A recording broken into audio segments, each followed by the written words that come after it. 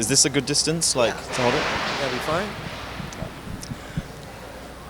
Okay, we are on filmsgonewild.com. My name is John Wildman. I'm the editor-in-chief of Films Gone Wild. Right now we're at the Naples International Film Festival. We're going to talk about a wonderful film, one of our features. They're screening, Happy as Larry. We have Hugo, who's the director. Hugo, introduce yourself. I'm Hugo Andre. I'm the writer and director for Happy as Larry. All right, so Hugo, our audience has not seen the film as of yet. Okay. So introduce them to Happy as Larry. So Happy as Larry is about a novelist, a successful novelist who writes romance and adventure novels, and he's had a lot of success in his life, but he's never really experienced any of those things that he writes about. He's never really had a relationship or anything of the sort, and unfortunately he's got to a point where he has decided to schedule his own demise. But before he can commit, he has to write the perfect suicide letter. Maybe he's a perfectionist, maybe he's a bit of a narcissist, but he wants to leave some sort of legacy behind before he commits to this thing. So yeah, hence the comedy and hence the dark tones as well.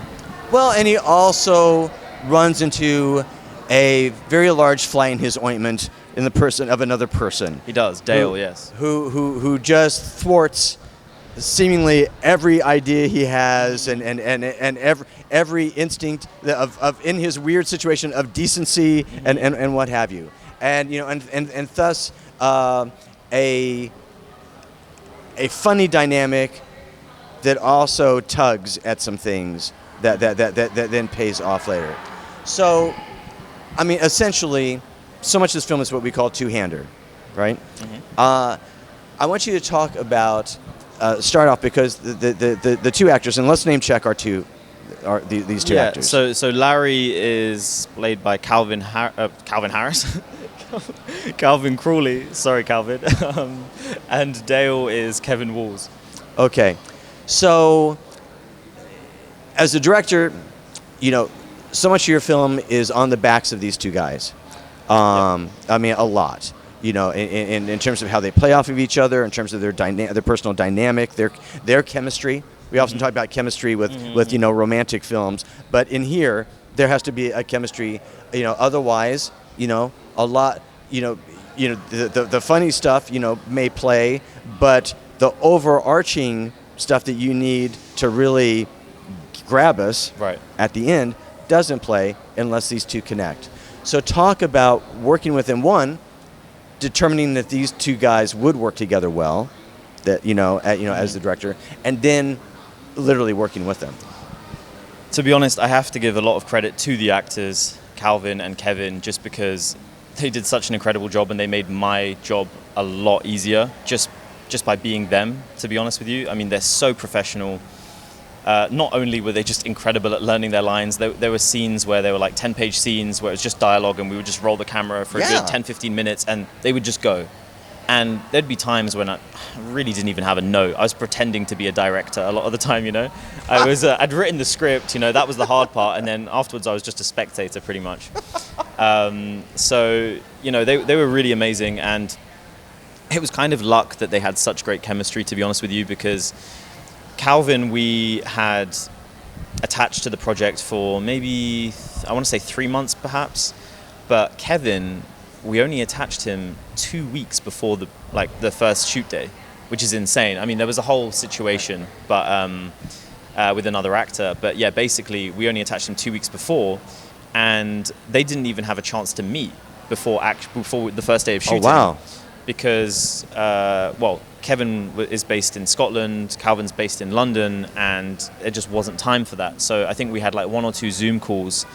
And it was really just luck that they managed to bond the way they did. And they're still like really good friends and they meet up and all the rest of it, which is amazing. But yeah, I put them in an Airbnb together and I was like, please just bond. I was like, let's just put the actors together. I was like, please, for the love of God, you know. And they did. They bonded so well and everyone just had a great energy on set and we all just, you know, people say it all the time, but we became like family. Well, this is new information for me. And I want to talk about this because I had a situation on a film that I made where I had to replace a lead actor with, I think, 2 weeks to go as well. Right. And I think it was one of the best things that ever befell me because I go, while I really wanted to work with that initial actor, the new one brought so much stuff that just enhanced everything. Right. And and so, but as a director, you're like going, holy crap! I was totally counting on this other dude, and now is this gonna work? I mean, talk about like that. So that was the issue, right? I almost at one point thought, is this film even going ahead? 2 weeks out from shooting, I was panicking because we didn't have one of the lead actors. But it's true what you say. It was a situation where, I and everybody else just fell in love with Kevin and his performance. And he just brought a vulnerability to the character, and a sweetness, an innocence that I kind of hadn't even, I mean, obviously that was the point, right? But like, I just didn't realize I could really get somebody who could deliver the emotional stuff as well as the comedic, and just balance that so well, because it's hard, right, to find an actor that can do both, and you kind of almost like settle for one. It's like, oh, they're better at comedy, but they can get by with the dramatic stuff. But he's just excellent at both, and it just, like I said, it made my life so much easier. Let's talk about the logistics and the reality of where you were filming. Right. Because in some ways we go, well, we've got all this landscape. This is great. We don't have to worry about interiors. We don't have to worry about working, getting the okay to shoot in someone's house, or or on a street or whatever. But there are different issues, and different issues go with, how do we get our equipment up here, and how do we, where do we set up camp? What do we do this? Talk about that. So I made a conscious decision to shoot this film with like a skeleton crew, as few people as possible, which meant, unfortunately, a lot of people were wearing many, many hats. So I think my first feature, in total, we must have had 30 crew. But in comparison with this feature, we had, I think, 6 or 7 crew members. Which that is tiny. Insane, yeah. Right? For a feature film, it's insane. And I guess if I were to say that to somebody and they hadn't seen the film, they would think, oh, this is like a real amateur production. But the people that I was working with were so talented, so experienced. For example, our DOP, Harris, he's got 20 years of experience as a DP, and he's just so on it, and he can wear so many hats that he just, he basically held the camera department all on his own. So just having people that you can trust was key for this. And because we needed to be light and efficient, almost every location we needed to either hike to or walk to in, sort of like not great weather sometimes.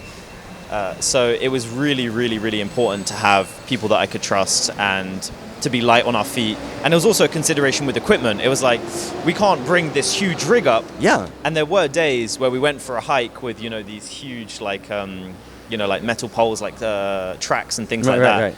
And I was like, guys, I don't think we're going to do that again, because I was like carrying it because it was ultimately my decision. I was like, okay, I think we need the track today. And the DOP agreed. And then I was carrying it to this location, and I was like, you know what? I don't know if we need this thing. Either I've got to get a gym membership or we're going handheld. Yeah, pretty much. I mean, it was like everyone was on this like ultimate gym membership. We got so fit by the end of that shoot. Honestly, it's the best that I think any of us have ever looked by the end of that shoot. So yeah. Well, it's funny, like, when you have a situation like that, and you have crew members oftentimes doubling up on jobs and what have you, that yes, you're paying them, but usually that happens because they do believe in you or the script or a combination therein. Yep. And so talk about that. Let's talk about even putting this together and kind of forming your Ocean's 11 team to do this thing. Mm-hmm. What was it? What did people buy in? Were the people that you'd worked with before that trusted you? How did that happen? Yeah, it was a combination of both. I mean, I think I set out to make this film with people that I'd worked with before. But what ended up happening is that I think maybe half of the team I'd worked with before and I knew and I trusted, and they've been like long-time collaborators. And then the other half I'd never worked with before, but I'd either been recommended or I just knew from their work and just from their energy that this was going to work. Because when you're making a film like this, and it is such a small team, when you're working and living together on like an island off the coast of Scotland, not only do they need to be good at their job, but they need to be good people. And your energies need to align. There needs to be some sort of synergy, some harmony, because otherwise it all falls apart. Yeah. And even though we all got on so well, I think maybe halfway through the shoot, we were having a really tough couple of shoot days, like tough. We were getting absolutely plagued by midges, which are these like biting little insects like mosquitoes, swarmed us. That was really tough, and the weather was bad, and I think energy was low. And yeah, there was like, some headbutting going on, but it lasted like one day, and then we got over it because we were all so close, Well, let's talk about that, because I tell a story about a feature I made where, the midway through the shoot, they're going through that malaise, everybody's moving a little slower, doing whatever. And I remember like talking to my producer. I said, I think I've got to be bad dad and yell at people to get them up. And the producer, and she was also the star of the movie, she goes, no, you're the cheerleader. You're the happy guy. Right. I will go and be bad dad. And I watched her just kick ass. And she's the star of the movie, but go and then everybody perked right back up, and I got to be the good guy. Right. But that's the thing. But when you are in, we've all had those moments. Yeah. And talk about that when you saw that and you felt that happening. What kind of things did what went through your head and how to rectify it? Like that was my mindset. What did you do? It is tough, I can't lie, because when you're directing and you've written the thing you're directing and you're like partly producing it as well, it is really hard to, I guess, regulate your emotions, because you just want this to be the best possible thing, right? But you also have to sympathize and empathize with people and realize that it might be your baby, but it's not their baby. Right. And you basically, directors and producers, although a lot of them aren't, need to be people. Like not people pleasers, but like people. They need to know how to speak to people, and they need to be like cheerleaders, as you say, because when the energy does dip, you need to find a way to bring it back up, and not do that through being aggressive or being too authoritative. You need to find a way of speaking to them, and that is hard when you yourself are also low on energy. You're also having a tough time mentally, and there's a million things going on that maybe they're not aware of. Like. For all they know, I could be having like financial issues with the film, right? And that's playing on my mind, but they don't know that, and they're like, why is his mood off today? So I just try my very best to not project, I guess, the things that are going wrong from my side onto them, because it's nothing to do with them. And that's about trusting your team as well, trusting that they will do their best because they support you and they believe in the project. Well, again, whatever the hell you did worked. because Thank you. because again, it's such a warm movie. And I think that's one of the things that you go, it's one of those almost undefinable things that as you're watching it, you're enjoying it on a different level beyond just the stuff that we're trained to enjoy. Like, I'm supposed to laugh here, I'm supposed to feel here, because I've been trained, to laugh at that moment. To laugh at that moment. But when films are done on a different level, that warmth and that concern for the characters or whatever just kind of bubbles up inside you, so that when you have those final moments, you go, yes, and then and they're able to show it, and you achieve that. So congratulations very much. Thank you. Once again, have to give credit to the actors on that one. I mean, it really is their chemistry that sells it, and their relationship on and off screen that sells that. It wouldn't be possible without them. The writing is just the template. So.